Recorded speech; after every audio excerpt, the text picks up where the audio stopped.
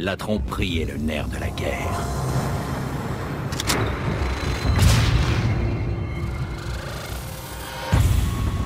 L'avidité de l'Occident a fait du monde un champ de bataille.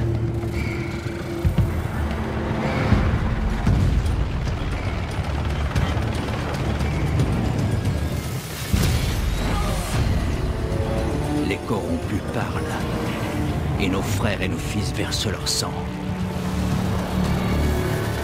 N'oubliez pas de Russes. Mais la tromperie est double. Les autorités russes prétendent que l'attaque avait été orchestrée par un agent de la CIA nommé Joseph Allen. Plus le mensonge est gros, plus les gens sont susceptibles d'y croire. Et quand une nation a soif de vengeance, le mensonge se propage comme le feu. Les flammes grandissent, ne laissant que des cendres sur leur passage. La Russie et ses alliés ont commis un acte de guerre délibéré. Nos ennemis pensent que eux seuls influent sur le cours de l'histoire. Mais ce qu'il faut, c'est la volonté d'un seul homme.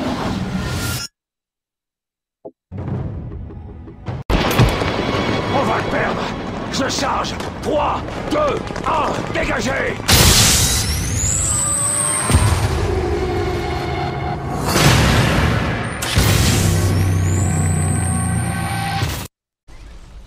Salut tout le monde, c'est Mars83. Donc aujourd'hui on se retrouve sur Modern Warfare 3. Et oui, donc c'est une petite vidéo pour justement vous présenter rapidement Modern Warfare 3. Donc j'ai pu tester la toute première mission de Modern Warfare 3.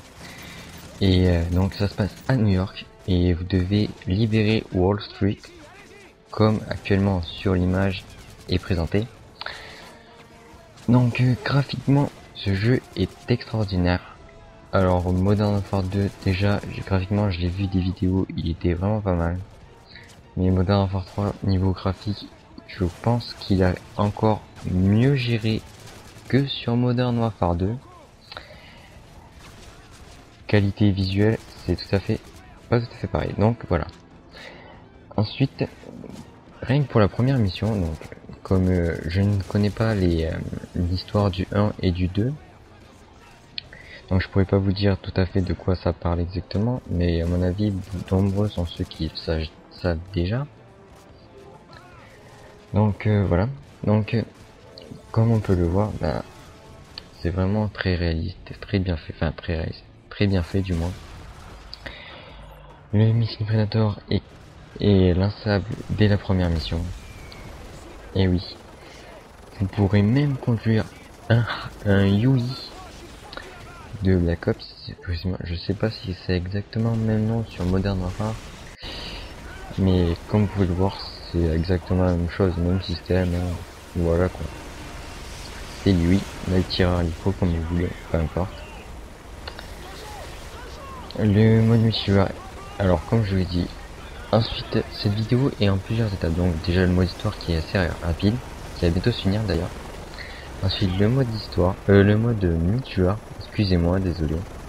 Et le mode survie que j'ai pu également tester. Donc on passe au multijoueur. Donc le multijoueur qui est toujours aussi énorme. Enfin, c'est un peu les raisons pour lesquelles le Call of Duty fait son succès, surtout pour son mode multijoueur. Et j'ai pu tester, mais malheureusement je n'ai pas fait d'énormes parties. Donc je suis niveau 23, j'ai fait 5 heures de jeu à peu près. Les niveaux se déverrouillent plutôt rapidement je trouve. C'est un peu normal vu qu'il y a à peu près 800 quand même niveaux à passer, c'est quand même relativement énorme. Donc là il y a une chose que je comprends pas, je fais mon 4ème kill, je détruis le missile et ça me donne le Predator. Bon je vais pas m'en plaindre mais bon. Donc voilà. Alors parlons du multijoueur. Donc le multijoueur il y a quand même bon il y a toujours les cuts commando, relativement dommage je trouve. Voilà le Q-scope qui passe.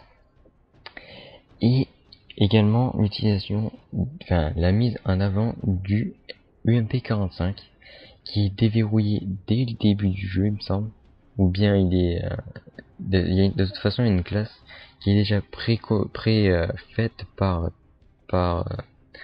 Infinity Ward avec l'UMP45 et le tir rapide, il me semble, je ne suis pas sûr du tir rapide, mais de l'UMP45, ça c'est sûr. Donc il y a énormément de joueurs qui jouent avec cette arme, qui est relativement dommage d'ailleurs. Ensuite, pour la dernière partie, le mode survie. Donc le mode survie, énormément de gens l'attendent et le comparent aux zombies de Triarch. Moi personnellement je ne le comparerai pas, car je pense pas que ce soit tout à fait la même chose. La résistance, alors les maps qu'il y a sur le mode survie sont les mêmes que du multijoueur. Seulement, les 4 premières maps sont au niveau difficulté facile, et ensuite ça augmente je crois, ou un truc comme ça, je sais pas trop exactement, vu que je les ai pas encore déverrouillés justement. Mais la logique voudrait que ce soit le cas, donc voilà. Donc vous avez également des grades. Donc vous mettez pause pour voir votre grade, ou bien votre grade apparaît juste au-dessus quand vous êtes promu. Donc à chaque les 3 premières vagues, vous débloquez à chaque fois une chose. Donc la première, vous déverrouillez l'armurerie, après les grenades, et la troisième justement les districts. Donc là vous pouvez acheter pas énormément, vu qu'il faut les déverrouiller justement en ayant des niveaux. Donc voilà. Donc la vidéo va bientôt toucher à sa fin. Je vous ai pas parlé très détaillement du jeu, mais bon, je l'ai que depuis récemment, donc je ne connais pas tous les détails, je ne vais pas vous informer de tout ce qu'il y a, mais je vous informe du minimum. Donc des prochaines vidéos seront à venir sur ce jeu, et donc je vais vous laisser sur ce petit truc, et voilà. Allez, bye à tous, bonne journée, et à la prochaine. Merci à tous. N'oubliez pas de regarder bien sûr la vidéo en HD, car je pense le pouvoir réussir. Également regardez en grand écran. Merci à tous.